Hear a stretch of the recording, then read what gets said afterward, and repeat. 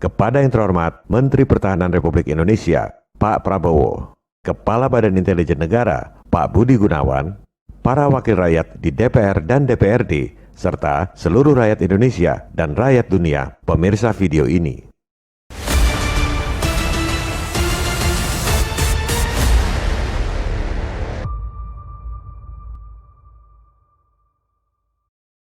Masalah utang negara bukan cuma masalah ekonomi, tapi masalah besar buat ketahanan nasional, kedaulatan negara, dan kesejahteraan rakyat.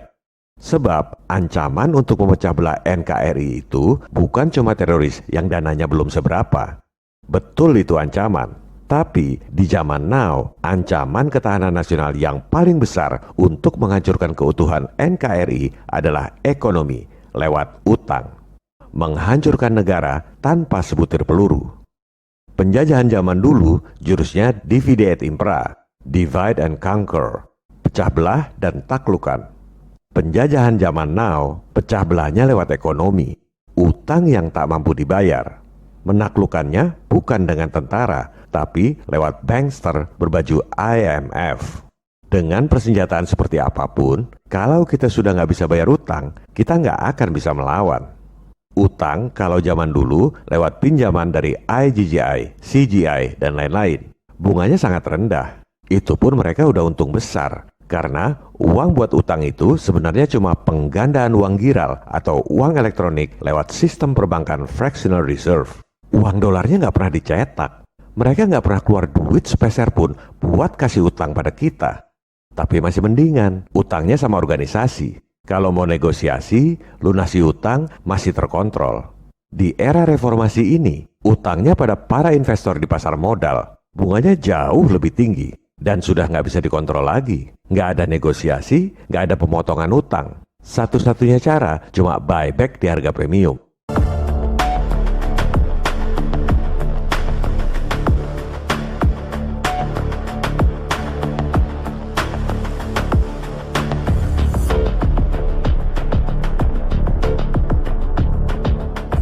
Sekarang ini pemerintah udah nggak mampu bayar bunga utang, sehingga harus nambah utang buat bayar bunga utang. Saat ini elit keuangan dunia masih kasih tambahan utang. Begitu mereka stop kasih tambahan utang, selesai permainan. Default. Apa yang terjadi jika negara nggak bisa bayar utang? Tekanan internasional. IMF masuk pura-pura nolong. Padahal sebenarnya ngerampok habis-habisan. Persis seperti preman tebar paku. Dan kita nggak akan punya bargaining position karena udah nggak bisa bayar utang. Dengan alasan meningkatkan GDP, sumber daya alam kita habis dikeruk asing. Karena definisi GDP itu termasuk pendapatan perusahaan-perusahaan asing. Kita nggak bisa nolak. Tambang-tambang diserahkan pada asing dengan alasan GDP. Pertanian, perkebunan, perikanan, semua diserahkan pada asing dengan alasan untuk meningkatkan GDP. Ini lagu lama.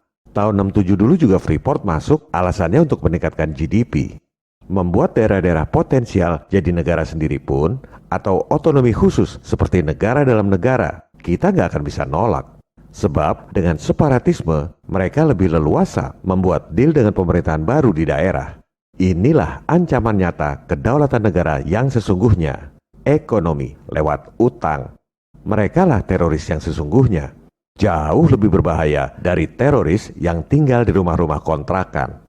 Terorisme harus dibasmi, maling harus ditangkap. Yang harus diperhatikan adalah bankster yang jauh lebih berbahaya dari teroris dan maling. Soal utang ini memang bukan tugas pokok dan fungsi Kementerian Pertahanan dan Badan Intelijen Negara. Di sini kami mengetuk hati Pak Prabowo, Pak Budi Gunawan, juga para anggota DPR dan DPRD. Bukan hanya sebagai pejabat, tapi sebagai negarawan yang membela nasib rakyat. Sebagai putra-putra terbaik bangsa yang dengan hati tulus berjuang untuk keutuhan NKRI dan kesejahteraan rakyat di masa depan. Ini adalah persoalan yang sangat serius.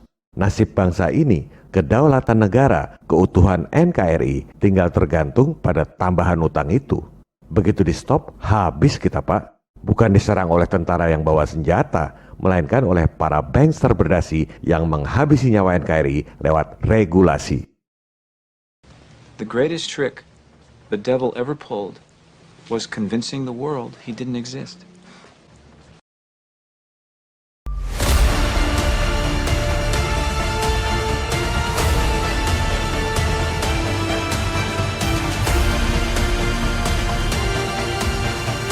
Mengapa kami begitu gigih menyampaikan hal ini?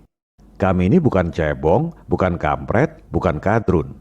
Kami nggak punya motif tersembunyi untuk ekonomi maupun politik. Kami nggak cari panggung karena ingin jabatan. Kami adalah anak-anak bangsa yang menyampaikan suara kebenaran untuk mencerdaskan kehidupan bangsa, serta mengawal tujuan bernegara melalui investigasi jurnalistik yang bisa dijadikan rujukan untuk menyelesaikan persoalan bangsa. Salah satu contoh investigasi jurnalistik adalah yang dilakukan oleh dua orang wartawan The Washington Post, membongkar skandal Watergate. Itu terjadi karena para elit lokal di Amerika menindaklanjuti informasi Watergate itu. Kalau investigasi jurnalistik itu tidak ditindaklanjuti, dipetieskan, nggak akan ada skandal Watergate. Cuma bedanya, soal utang ini bukan skandal untuk menjatuhkan pemerintahan. Yang berbuat skandal itu adalah elit keuangan global. Elit lokal, termasuk para pakar, profesor, doktor, dan lain-lain, nggak sadar mengikuti sistem. Sehingga semua orang bekerja tanpa sadar untuk kepentingan elit global.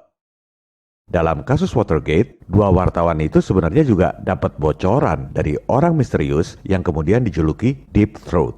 Karena dia menyamarkan suara waktu kasih informasi. Ketika itu orang nggak tahu siapa itu Deep Throat. Dan nggak penting. Karena yang penting, apa yang dia sampaikan itu terbukti akurat.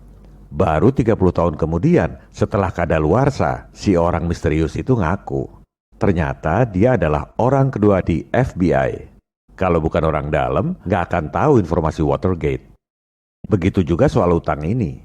Kalau bukan praktisi di lapangan, di bidang pendanaan dan financial engineering, yang biasa berinteraksi dengan para bankir elit di pasar modal internasional, nggak akan tahu skema ini.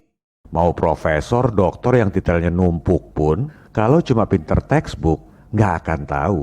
Karena memang nggak diajarkan di sekolah. Oleh sebab itu, mohon kiranya agar Pak Menhan, Pak Kepala BIN, para anggota Dewan, putra-putra terbaik bangsa, mencek kebenaran informasi yang kami sampaikan ini. Sekali lagi, bukan dengan nanya pada pakar yang cuma pinter teori textbook, melainkan dengan memverifikasi fakta-fakta dokumen yang kami sampaikan. Ini adalah fungsi intelijen alias kecerdasan. Kenapa kita utang pada asing? Karena sebagian besar orang, termasuk para pakar yang cuma pinter textbook, mengira bahwa untuk nyetak duit itu harus punya aset emas atau sumber daya alam. Kita ini miskin, aset kita nggak cukup, makanya kita ngutang. Mari kita buktikan bahwa asumsi, persepsi, dan teori tersebut tidak sesuai dengan fakta di lapangan. Kita gunakan fakta dokumen yang kredibel. Jangan hanya pendapat pakar, profesor, doktor yang cuma pinter textbook. Silakan buka laporan keuangan dari 3 bank sentral. Bank Indonesia atau BI, Federal Reserve atau Fed, dan Bank Negara Malaysia atau BNM. Neraca itu terdiri dari aset dan kewajiban. Kita lihat di bagian kewajiban, jumlah uang dalam peredaran di 3 bank sentral tersebut. Kemudian, lihat di bagian aset. Apa aset yang merupakan dasar untuk menerbitkan uang? Emas? Bohong. Aset untuk menerbitkan uang adalah bon utang tanpa agunan. Di buku BI, namanya doang keren. Aset keuangan untuk pelaksanaan kebijakan moneter. Ini aset terbesarnya. Aset yang jadi dasar untuk pelaksanaan kebijakan moneter, termasuk menerbitkan uang, adalah bon utang tanpa agunan. Pendidikan sekolah menyebutnya sebagai surat berharga. Seolah-olah bon utang tanpa agunan itu lebih berharga dari emas. Itulah hebatnya Wall Street. Sekolah-sekolah mengajarkan teori-teori yang menguntungkan mereka, sehingga semua orang bekerja tanpa sadar untuk kepentingan mereka. Di buku Fed disebutnya Treasury Securities. Keren, seolah-olah secured, aman. Padahal itu bon utang tanpa agunan. Bank Negara Malaysia ini lebih tricky. Nyebutnya Gold and Foreign Exchange. Seolah-olah emasnya banyak. Di situ ada tulisannya, keterangan di butir 3. Kita buka keterangan butir 3 itu. Ternyata goldnya cuma 1,9%. Yang terbesar adalah foreign securities. Bon utang asing tanpa agunan. Mau bukti apa lagi? Sudah dikasih bukti di depan mata pun, orang-orang masih nggak ngerti juga. Oleh sebab itu, yang dibutuhkan adalah investigasi intelijen atau kecerdasan.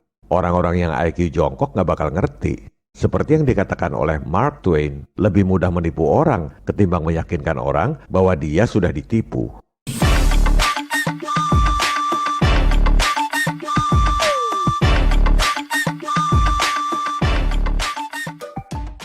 Dengan fakta-fakta dokumen ini, berarti terbukti bahwa persepsi dan teori bahwa kita nggak mampu biaya pembangunan sehingga harus ngutang sudah terpatahkan secara tidak terbantahkan.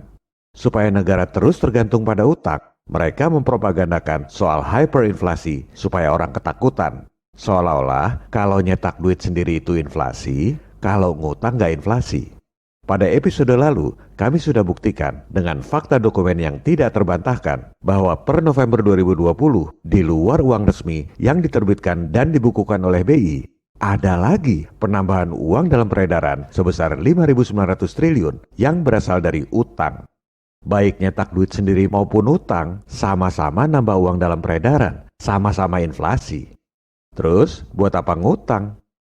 Ini semua data resmi dari BI, tapi nggak ada satupun orang yang sadar bahwa utang itu mengakibatkan inflasi. Kebohongan global ini harus segera diakhiri sebelum terlambat, sebelum kita menyerahkan kedaulatan negara akibat nggak bisa bayar utang.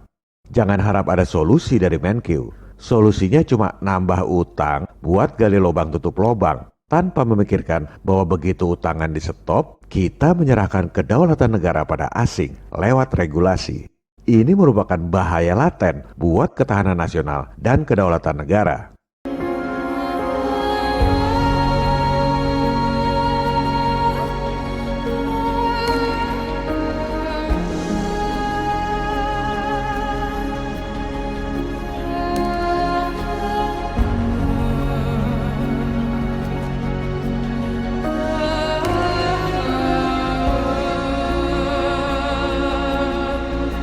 Lucunya, ada sebagian orang yang takut diembargo kalau kita lunasi utang. Diembargo itu justru kalau kita nggak bisa bayar utang, bukan kalau lunasi utang. Jangan dibalik-balik. Sama bodohnya dengan bilang, jangan lunasi utang bang, nanti banknya marah, mereka kirim debt collector. Padahal debt collector itu datang justru kalau kita nggak bisa bayar utang. Tadinya kami mau bahas cara menggandakan uang dolar 25 kali lipat di Indonesia tanpa menggunakan bank sentral. Ini bisa digunakan sebagai solusi buat bayar utang maupun buat biayai pembangunan. Tapi percuma bicara solusi kalau sebagian orang masih nggak sadar bahayanya utang buat kedaulatan negara dan sebagian lagi ketakutan diembargo kalau bayar utang. Oleh sebab itu, di episode 33B mendatang, kita bahas dulu fakta bahwa Cina itu nggak nurut-nurut amat pada IMF dan WHO. Buktinya nggak diembargo. Mereka bermain dalam sistem, dapat untung dengan mempermainkan sistem. Itu tujuan kita.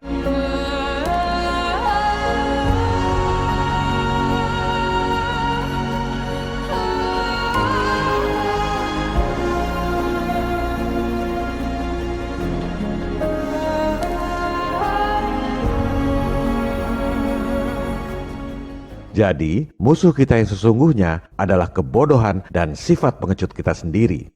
Kita bukan bangsa yang bodoh dan pengecut. Karena itu marilah kita teruskan perjuangan ini sampai ke ujung-ujungnya. Tahanlah menderita, tahanlah kesukaran. Kebesaran kita tidak dapat kita capai di atas kasur bantalnya kesenangan. Kebesaran kita itu hanyalah kita bisa capai di dalam api unggunnya perjuangan. Viva Republik Indonesia. Salam People Power. This is our time, no turning back. We could live islanders.